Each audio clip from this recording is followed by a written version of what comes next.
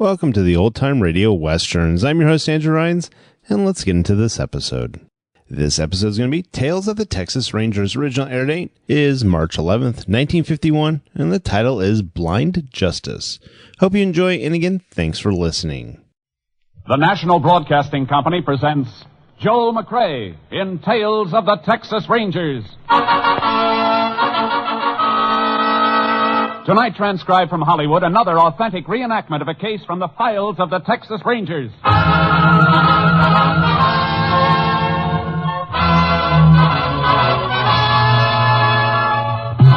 Tales of the Texas Rangers, starring Joel McCrea as Ranger Jayce Pearson.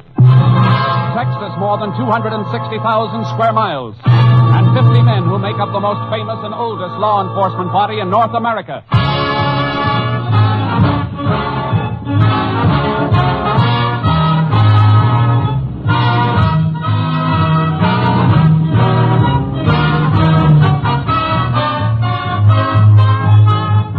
From the files of the Texas Rangers come these stories based on fact. Only names, dates, and places are fictitious for obvious reasons. The events themselves are a matter of record.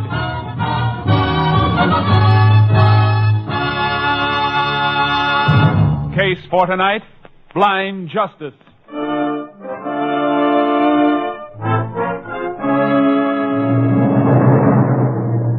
It is 5:45 a.m., March 6, 1940. Pete Salverson, owner of a roadside cafe in West Texas, is opening for business.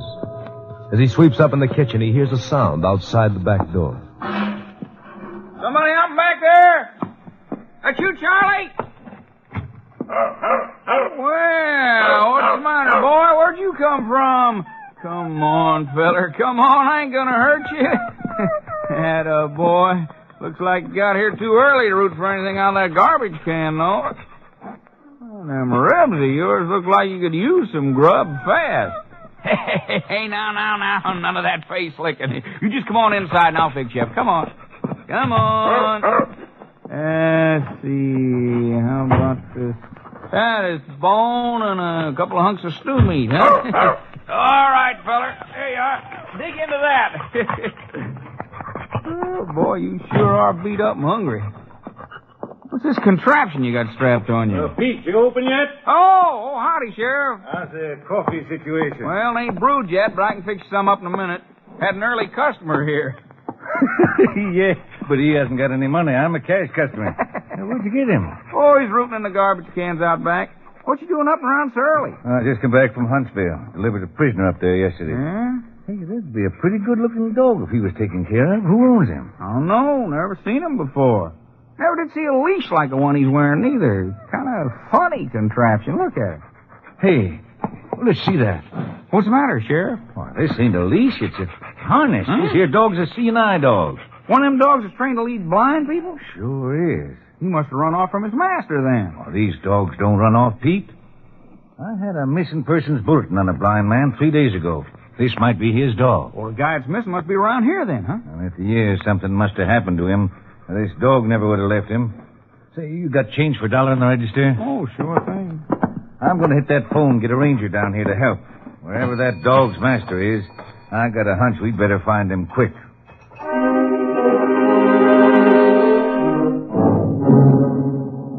Less than 1 hour after the sheriff's appeal for help, Texas Ranger Jayce Pearson joined him at Pete Salverson's roadside cafe. There he is, Ranger. No mistaking that harness if you ever seen one before. It's a C&I dog, all right. You say you found him outside this morning, Salverson? Yeah, half starved, like you can see. Been a good 3 or 4 days since he's eaten from the looks of him. Easy, boy. Come here. Nobody's going to hurt you. Oh, I'm sorry, fella. It's really sore, isn't it? He's had a bad time, Sheriff. Got a pretty hard clip on the head. Must have been knocked out. Since then, he's traveled through some rough country. H.G.'s got him all sliced up. Footpads are sore from walking. Yeah, but ever since Pete fed him, he's been yelling to get out of here. Reckon he'll be able to lead us back to his master? He'll try if he can make it. He'll have a better chance if a veterinarian works him over first. Where's the nearest one? Foreman at the Wolverine Ranch is a vet. Want to take him out there? Yeah. Meanwhile, you better get yourself a horse. I'll leave my horse trailer here until I get back. You can load your mount in with my horse charcoal. It's a double trailer. What makes you think we'll need horses? The kind of country this dog came through isn't the kind we'll be able to get through in a car, and he came too far for us to follow on foot. Lost dogs sometimes head for home, Jayce. Missing persons bulletin came from Ozona in Crockett County. Dog may be headed for there. Only way we'll find out's to follow him. If he heads any other way, it'll be back toward the man he's been trained to take care of. I'm figuring that'll be in a southerly direction from here. Well, how do you know that? All barren country that way, full of lechigia. If he came such a long way from any other direction, he'd have run into a town or a ranch and been found before this. I reckon I'll buy that. That makes sense. Get your horse. I'll meet you back here, and we'll drive as far south as we can cross-country and then turn this dog loose and follow him.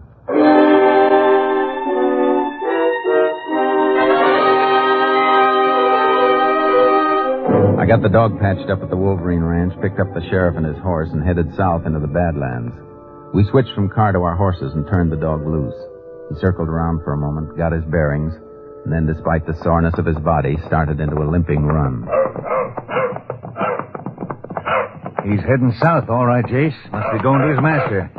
Beats me why he went all the way to Peach Place, though. He had to go someplace for help, but the only thought he gave to himself was just stopping long enough to be fed before he headed back here. How far do you reckon we'll have to go? Well, we came 14 miles by car before the dirt road petered out. He came a lot farther than that. Might have taken him a couple of days. Well, we'll have to stop him at night. If he keeps going that long, and time off. We better make sure we can catch him before dark so he don't get away from us altogether. Chances are he'll wait for us. After all, we're the help he came after. If he doesn't, we'll be able to follow him anyhow. In the dark? Yeah. I treated his collar with some phosphorus paint. Hey, whatever made you think of that? Trick my father taught me a long time ago. He had an old hound dog, great hunter. Got a throat injury and couldn't sound off. Glowing collar made up for it. Well, like they say, we live and learn. Hey, look. Look where the dog's cutting, up in the foothills. Yeah. That's Ambush Canyon that way, isn't it? Sure is. Say, no wonder that dog's so beat up. I wouldn't tackle this country in an army tank if I didn't have to. I wonder if that blind fellow'll be alive when we find him. I don't think so, Sheriff.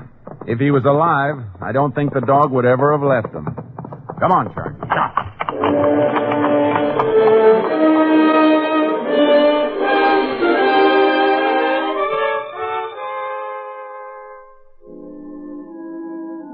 What kept that dog going, I'll never know. We hit stretches where we had to lead the horses on foot. It was toward sundown of the second day when the dog caved in.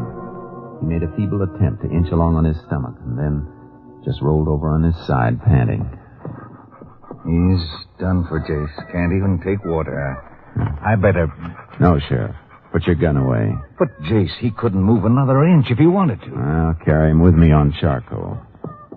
Man'd be mighty lucky if he could find a human being that'd go this far for him. He'd never have led us this far back if you hadn't had the vet work on him. Well, what do we do now? Keep on going, I guess. If his master is in here, he must have left some trail. We'll keep cutting through till we find marks. Jayce, how would a blind man get into this country and why? I don't know. But if he wasn't here, the dog wouldn't have been here either. We better move on till we find a good spot to make camp. These horses need some attention and a night of rest, too. Meantime, maybe I can do a little doctoring on the dog. Won't do any good, Jayce. All you'll need's a pack shovel. He just stopped breathing. He's dead.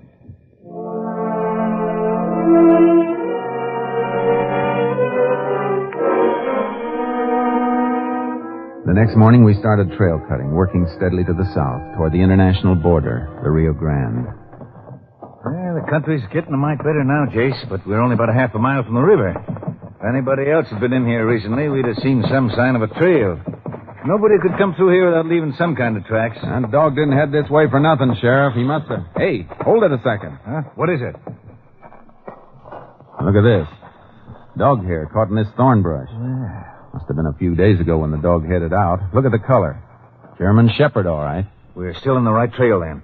But why no human tracks? Well, the dog came out of here on foot. But this may not be the way he and his master got in here originally. What other way is there? On the river, in a raft, or a flat-bottom boat? Well, how could a blind man navigate the river? He didn't have to be alone, Sheriff. That dog was beaten on the head, remember? It isn't likely his master did that, is it? No, I see what you mean, but how... Wait a minute. Look up ahead there, along the side of the ridge, about a quarter of a mile. Yeah, looks like part of the rock and the earth have been scooped out. Must have been a little landslide. Not on a rock facing as solid as that looks. What do you suppose it is, then? Let's find out.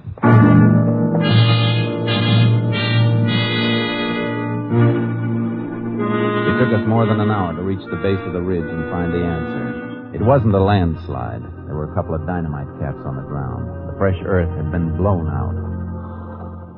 2 men, all right, Jayce. Signs of tracks held tight in this fresh earth. Dog tracks go right along with the one set. That was the blind man. Yeah, another mark running in with those tracks, though. Little round hole in the ground every few steps. And the blind man must have had a cane, too. Move around the wide circle and cut back to this spot and... Wait, Jayce. What's that thing over there by the brush? Long white piece or something? A white cane. Come on. The head of it stained, Jayce. Looks like blood. It is. The dog must have been clubbed with that. Bloodstains didn't come from the dog, Sheriff. Lump he had on his head didn't bleed. Let's beat through this brush. Blood trail on the ground through here, Jayce. Yeah. That patch just ahead seems to be pressed down in one spot. Let's make for it. A man's body, all right. Face down. Better roll him over and see if it's a blind man. It's him, all right. You can tell by his right hand. Callous ridge there from holding onto that dog harness.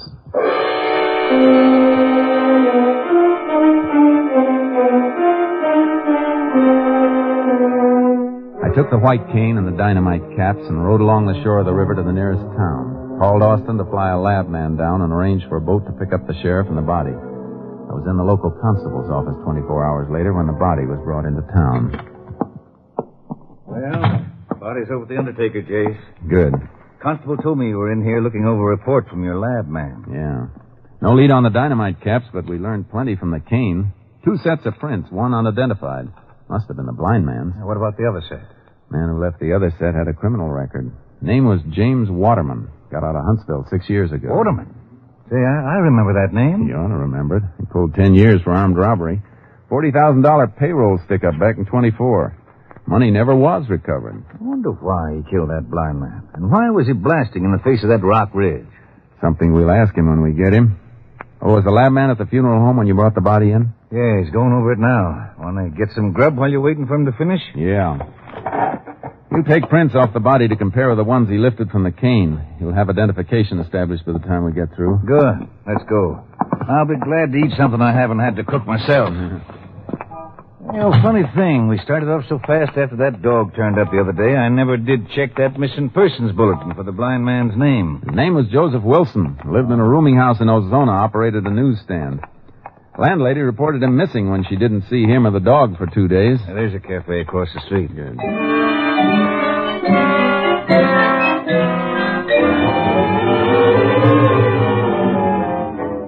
We took our time. A statewide pickup was out for James Waterman, and it seemed just a matter of pinning him down. But when we got finished and walked over to the funeral home, the case wasn't so simple. Our lab man, Marty Ferris, was just finishing a phone conversation. No, I said there's no doubt about it. Yeah, check on it. Pearson just walked in. I'll tell him. Bye. Howdy, Jayce. Howdy, Marty. Marty Ferris, Sheriff Ritchie. Now, we met when the sheriff came in with the body. And, Jayce, we got trouble. This thing is blown wide open. Why? What's the matter? That's the print. And take a look at it. Now, here's a copy of the unidentified set I sent on to Austin. The man who made them has no record. Well, why should he have a record? Aren't they the blind man's prints? No, they aren't, Jayce. The prints on the body match the known prints pulled from the cane. The dead man is James Waterman. What? That's it, Sheriff. Here, look at the prints. See for yourself. Marty? Could you have made a mistake? No, Jayce. I just checked with Austin on the phone by classification number. Waterman must have been blinded sometime after he left Huntsville. He took the name of Wilson as an alias. Now all we've got's a set of unidentified prints that might match anybody in the state. Sheriff, our killer isn't going to be easy to find.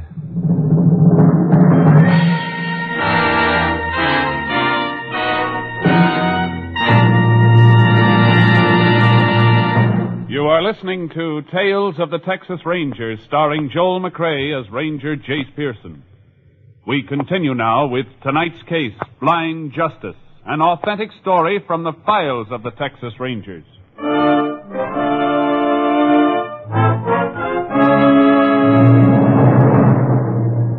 Whoever the blind man's companion had been, there had to be a starting point for their journey along the river, a place where they'd picked up a boat or a raft. The sheriff and I worked our way along the river above the town, questioning the occasional Mexicans who managed somehow to make a living where no living was to be made. And in one spot, less than a mile from the road, we found something. Can see it clearly now, Jayce. Yeah. Impression of a flat-bottomed boat on that mud flat. Had to be dragged quite a ways to the water. Not many days ago either. Ooh, boy. Mud around where the boat was is caked dry. Spot where the boat was setting still looks damp. Boat must have been there without being used for quite some time. River's been way down for more than a year. A little smoke coming up from behind those trees. Must be a Mexican hut. Whoever's there might own the boat. Let's ask him. Get up, Charlie. Up, boy. Tacos cooking. Smell them? Yeah. Smell something else, too. Chicken frying. There's a place. I can see it now. Pretty high class for river hut. Looking back, chicken coop. Kind of new, too. Coop wire, I mean. Hasn't been up very long. A woman out in front of the place. Well, she sees us. Buenos dias, senor. Oh, buenos dias, senora. Ooh, Charlie. Oh, boy. Maybe you can help us out, senora. We'd like some information about a boat that was out on that mud flat until a few days ago. I never see a boat there, senor. You never saw one there. What made that impression in the mud, then? I called my husband. He speaks better English. Daniel? Venga? Yes, what the matter? You don't let me sleep. They know something about that boat, all right, Jayce. Yeah. My husband. He come. You want something, senor? They want to know. There's a mark left by a boat down in that mud flat. When was the boat there last? And what happened to it? It was maybe a week ago. The boat disappeared in the night. One morning, she's gone. That's all I know. Who took it? We don't know. Just like that, huh? Sí, just gone. Don't try to feed us a story like that, you... Just a second, Sheriff. Where do you work, Danielle? What do you do for a living? Well, I do anything for whoever give me the work. But for a long time, nobody give me any. You must have saved a lot of money to be eating fried chicken and tacos. Where'd you get those chickens? I raised them, senor. Without hens and a rooster? There isn't anything in that coop old enough to sit a nest. And that coop wire's new. Well, what I mean to say, I was just starting to raise them. Where'd you get the money to buy that coop wire and the chicks? You better talk up. This is part of a murder investigation. Murder? Blind man was murdered downriver. He got there by boat. Senor, I got nothing to do with murder. I just sell the boat. Why didn't you say so before? Well, because the boat was not mine. But you sold it just the same. Say, look, I tell you the truth. The boat is there for 2 years. Ever since we come here. I never know who owns it, and then one day the men come. 2 men? Sí. One of them blind? Sí. He got a dog and a white stick. The other man with him, he said to me, I give you $50 for the boat. Well, I don't say that the boat is mine. I just let him give me $50. What'd the man look like? The one who could see? Oh, he's big, just like you, with the light hair, very wavy, eyes blue.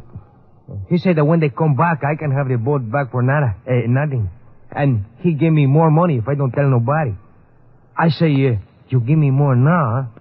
But he said he don't have no more until he come back. That's the whole truth, senor, just like Daniel tell you. All right.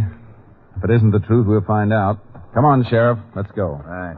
You two stay right around here in case we want to see you again. Oh, we'll be here. We don't run away. Up, boy. Hey, heading back to the town? Yeah. Marty may have some more information. And I think we just got a lead from Danielle on why Waterman and the other man went downriver. Well, if you did, you got something I missed. They promised Danielle more money when they came back. The money Waterman got in that stick-up 16 years ago never was recovered, remember? Oh, I get it. That's why they dynamited into that rock ridge. Waterman must have hidden that money until it cooled off. That's right. But before he ever got back to it, he was caught and sent to Huntsville for 10 years. Why didn't he go for it as soon as he got out 6 years ago? That's one of the things we still don't know. Maybe Marty will have the answers when we get back to town.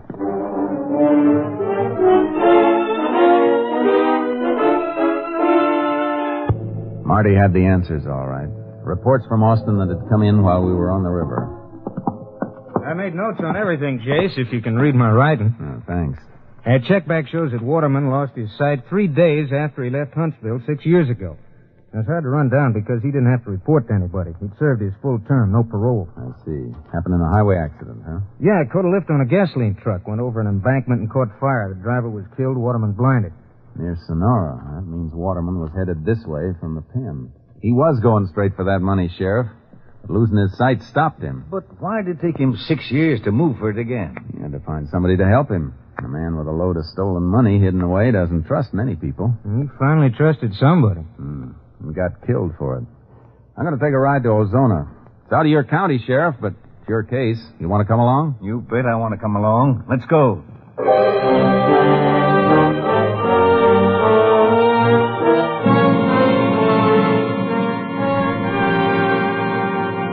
In Ozona, we went to the rooming house where Waterman had lived under the name of Joseph Wilson. The landlady showed us to his room.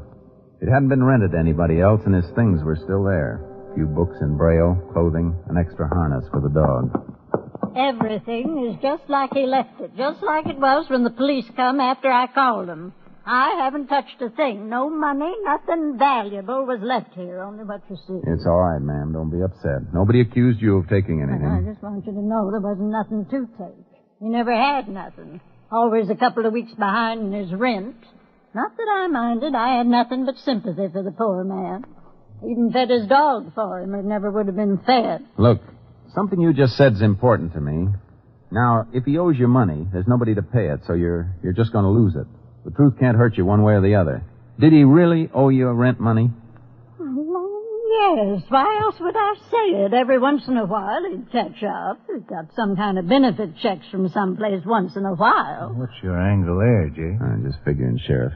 Daniel got $50 for that boat he sold. There must have been more expenses getting from here down there. Somebody had to finance it. His traveling companion, whoever it was. Yeah. It's a cinch it was somebody Waterman met and got to know right here in Ozona. Ma'am, did Mr. Mr. Wilson have any visitors here? Any friends?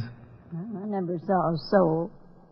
There was some fellow called him a few times, though, when he was homesick and couldn't work at the newsstand. You know who it was? No, never gave me his name.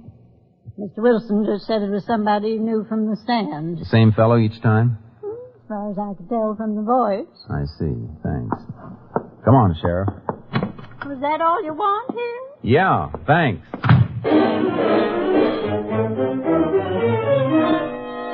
We located the place where Waterman had had his newsstand, a main intersection near a bank, a restaurant, an office building, and a medical and professional building. Somebody else was running the stand now. We staked out in my car across the street. Looking for somebody fitting the description Danielle gave us? That's right. Man who called whenever Waterman was sick might have been a regular customer. There could be quite a few customers fitting that description, Jayce. We'll tag the ones who come close.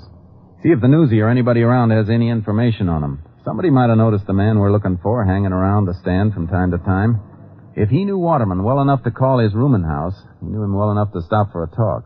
You're right, of course, but this kind of waiting wears me out. It's the dullest part of the job, Sheriff, but sometimes it's the part that pays off.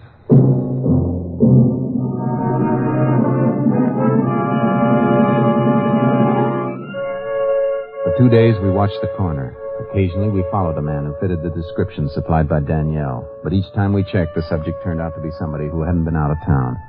Then, just before the end of our second day of watching, I nudged the sheriff. What is it, Jayce? Over there. No, past the newsstand. Just going into the medical and professional building. Oh, yeah. He looks like he might be the boy, all right. His hair is really light and curly, which most of the others haven't been. Let's see where he went.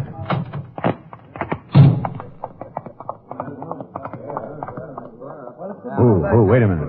He's still in the lobby. There by the elevator. Let's wait until he's picked up. There's the elevator now. There it goes. He's the only passenger. Come on. Watch the floor marker. See where the elevator stops. 3rd floor, Jayce. Let's take a look at the building directory on the wall.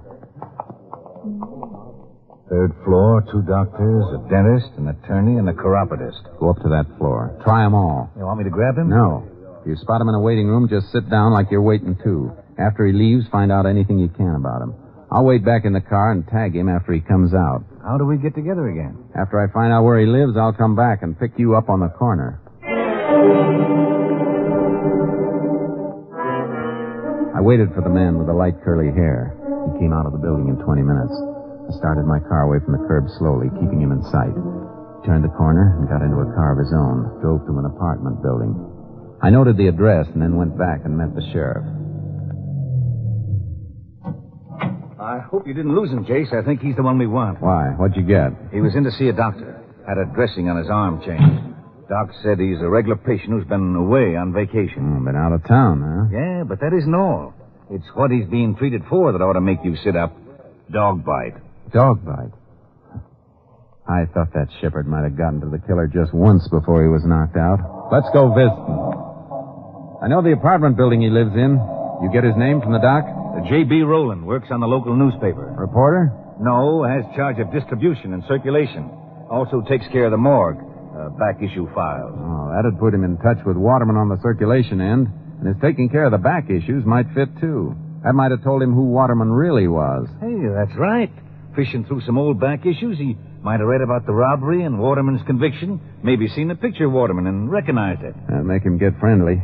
He'd know the money was never recovered and that Waterman didn't have it on hand, or he wouldn't be running a newsstand and living like he did. Do you think he told Waterman what he knew and finally talked him into a deal? Or do you think maybe he forced him into it?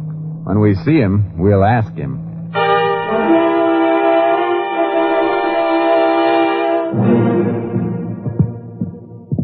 There's the door, Jayce. Apartment 2B. Gonna knock? Yeah. Yeah? Who is it? Special delivery. No, I'm not dressed. You better slip it under the door. You got a sign for it. Oh? Okay. Hope you got a pencil. All right, Roland. Open it all the way. I'll open it.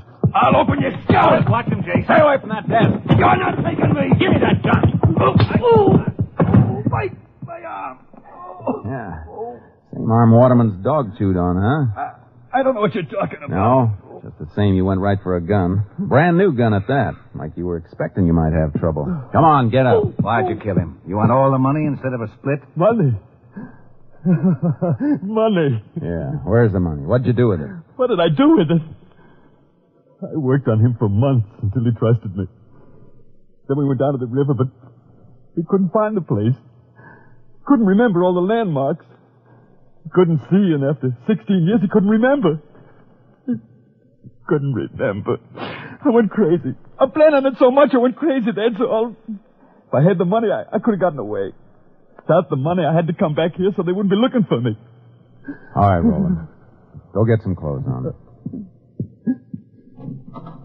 Looks like that 40,000 is really gone for Keach, Jayce. Yeah. Buried in a rock ridge somewhere near the Rio Grande. That's money that never bought anybody anything. I feel sorry for that dog, Jayce, breaking his heart and dying like he did. Funny thing about a dog never passes judgment. He just sticks right to the finish, whether you're good or bad, worth it or not. I'll help Roland get a jacket on. Then we can take him in.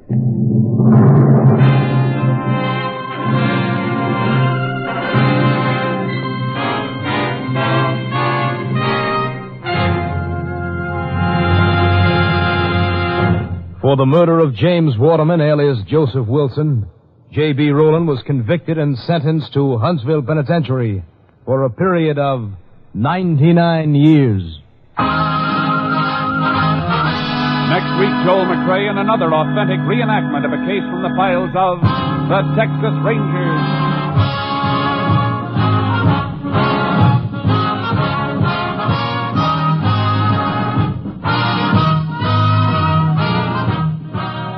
Joel McCrea is currently seen starring in the Universal International Technicolor production Frenchie.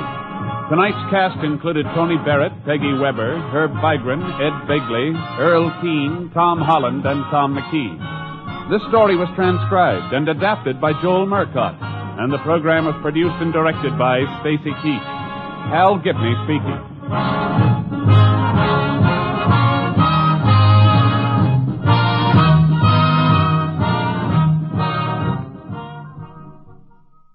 Three chimes mean good times on NBC.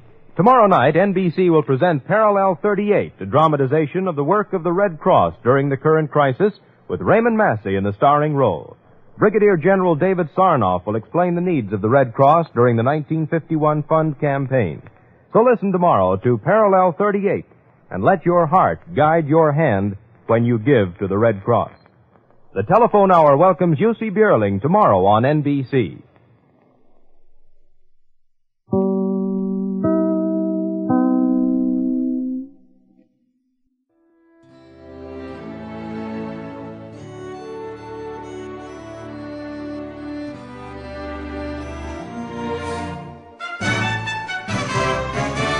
This has been a presentation of OTRWesterns.com, and we hope you enjoyed. Please take some time to like and rate our shows in your favorite podcast application. Follow us on Facebook by going to OTRWesterns.com/Facebook.